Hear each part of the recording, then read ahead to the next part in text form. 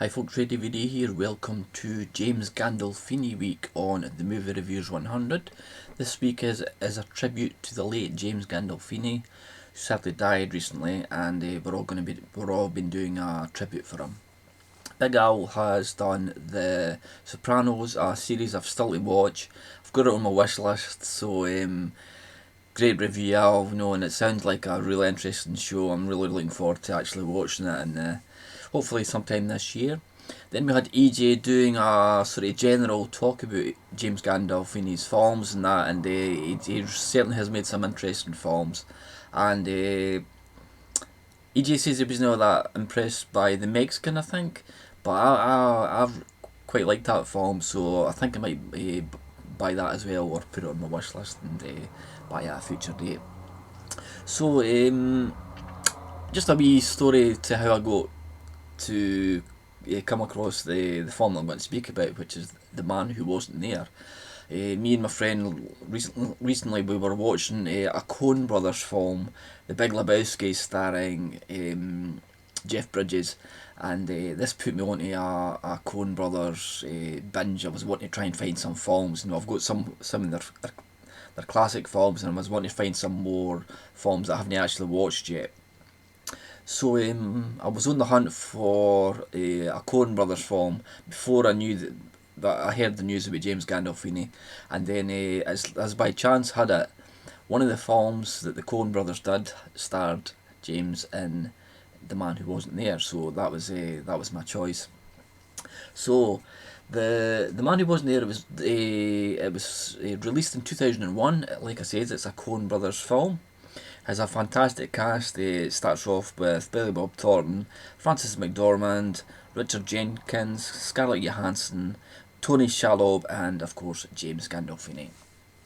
Basic plot is Billy Bob Thornton plays Ed Crane. This is set as it's a 50s neo noir film in the vein of Double Indemnity or Laura or all these sort of classic sort of noir films that Hollywood used to make in the 50s and stuff. So, like I says, Billy Bob Thornton plays Ed Crane, who is a barber.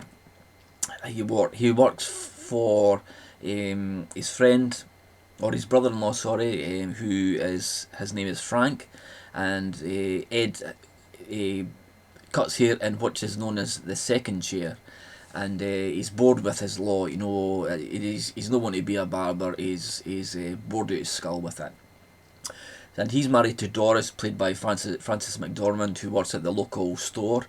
Who the manager is Big Dave Brewster, played by James Gandolfini. And one night you see them they're having a dinner party, and Big Dave and Doris are really sort of laughing it up and having a great time, whereas Ed is just there sort of watching them and that, and he thinks that there's something going on a wee bit more than just a dinner and that. No, it seems like they've been having an affair and stuff.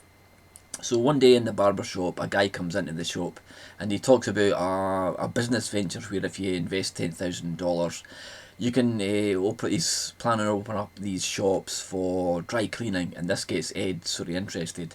So he comes across the idea of blackmailing Big Dave for the money, and so he blackmails Big Dave, and then he takes the money to the business guy, and he's about to invest. He thinks this is the start of big things for him. But he gets a call from Big Dave saying, I need to speak to you. So he goes across to the store late one night, and Big Dave Brewster says he's getting blackmailed by a guy. He's been having an affair with somebody else's wife, somebody that Ed doesn't know, and he has to find $10,000, and then Ed says just pay the guy. So eventually, this is how he gets the money.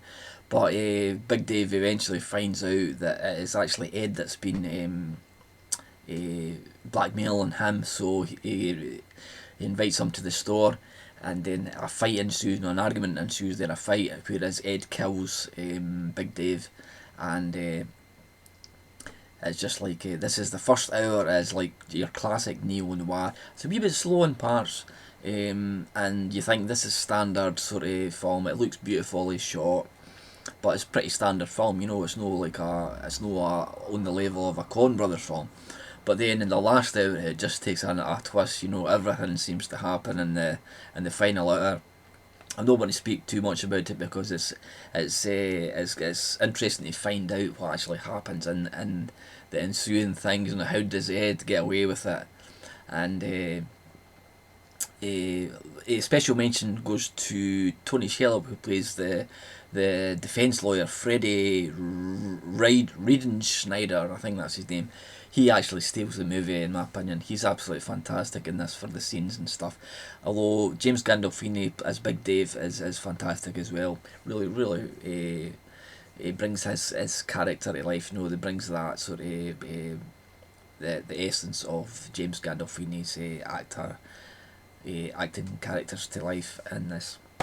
So very good film, and at the end of the film, you know, Ed's and eventually, it's a bit of a spoiler alert, I know, but I was Ed gets done for his own death row, and he's writing a piece for a local magazine, and then he says in the narration at the end, he says, and this it's quite interesting because of the Coen Brothers that I was watching, and then the connection with James Gandolfini. He says disconnected things seem to hook up, and that seems quite appropriate where the week that I was watching a Coen Brothers film, there didn't seem any link to the James Gandolfini. And then it turns out after the sad events that he actually appears in a Coen Brothers film. So I would highly recommend it. Really good film. I think it's one or two of the guys' favourite Coen Brothers films. I think EJ said that this is one of his favourites. And I would highly recommend it. Yeah, very good. And I'm looking forward to actually watching this with the director's commentary. So thanks for watching and listening to me rambling on about and look out for the guys' reviews during the week, and please subscribe and leave some comments. Thanks for now.